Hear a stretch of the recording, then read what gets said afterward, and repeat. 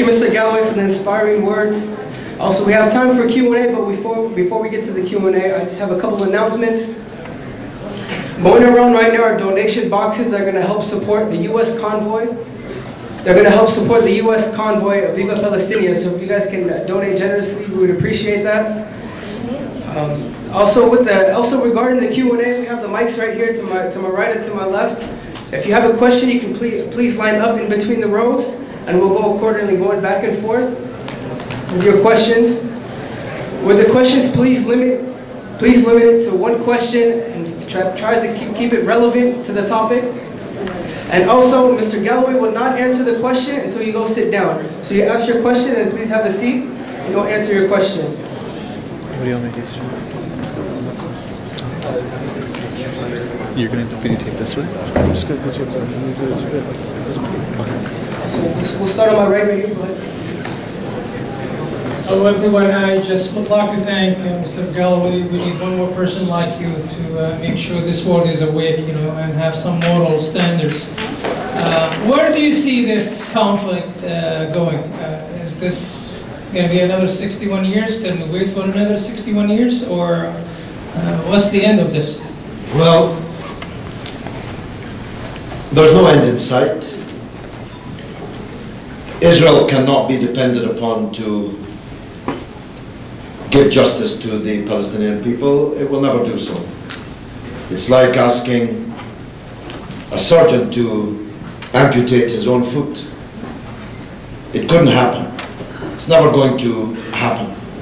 The Israeli people, at the end of the 22-day aggression, elected a government even worse than the government that had committed the 22-day aggression. Olmert and Livni and Barak didn't slaughter enough Palestinians. They wanted to elect a government more extreme. So the only way that justice can be achieved and therefore peace secured is if those who make Israel possible withdraw their funds. Israel could not do what it does if it were not for the endless subventions of money and weapons of especially the United States of America. It could not do what it does if it were not for the special status it has with the European Union.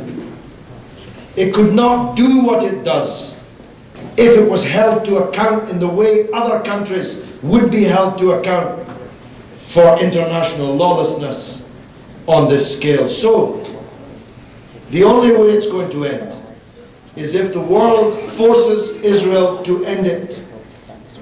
Now in 1994, Israel, in full gaze of the whole world, signed the Oslo Agreement to create 2 states on this small land and hasn't kept a single inch of it.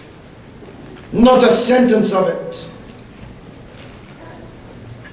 And now, with the apartheid wall, with the increase in settlements, with the ethnic cleansing in East Jerusalem, with the murderous war in Gaza, there's no space left for this 2-state solution.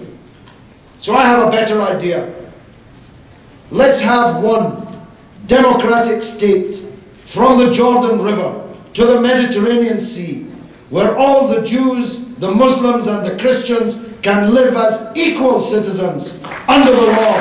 One man, one woman, one vote, one government. That would be a better idea.